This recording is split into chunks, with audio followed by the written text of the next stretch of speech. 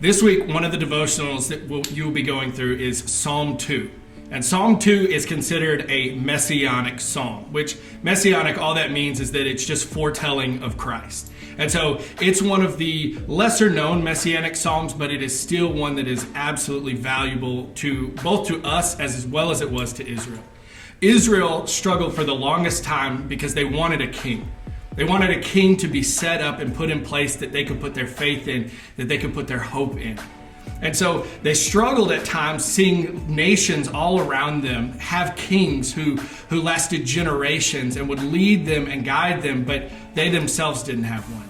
And so they struggled with seeing that. And so God used this psalm as a way to encourage his people. And so Israel, they looked for three things when they wanted a king. The first was hope. They had hope that this king would come and establish them and become a king that would last for generations and generations so that they would be a nation well known. The second was security. This king would come in and establish a military presence and would make them a stronghold so that they would be protected on all sides. And the third is that this king would provide direction for them as a people to grow and to prosper and to guide them into the future. And so Israel, they struggled with this so many times, and it was such a big chasm that they wanted filled in their lives that God knew this. God heard their cries and felt what was on their hearts.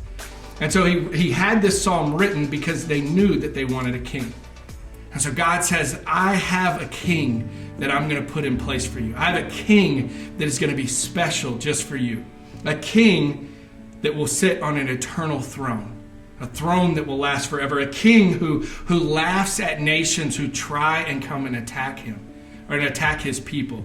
A king who calls his people not subjects, but family. Sons and daughters who are now brought into the eternal inheritance of God's kingdom. A king who destroys nations who fight against him. And a king who causes all nations to tremble when they think about him.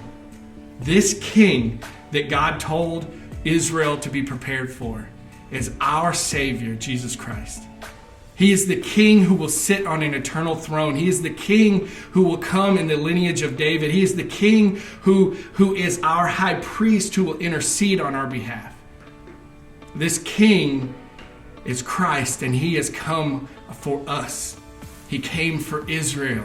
And so as we go through this 40 days of fast, this Lent experience, I want to remind you that when adversity comes and hardship comes and struggle comes, that we can have hope in the face of adversity because we have a king who will sit on the throne forever and he will fight for us.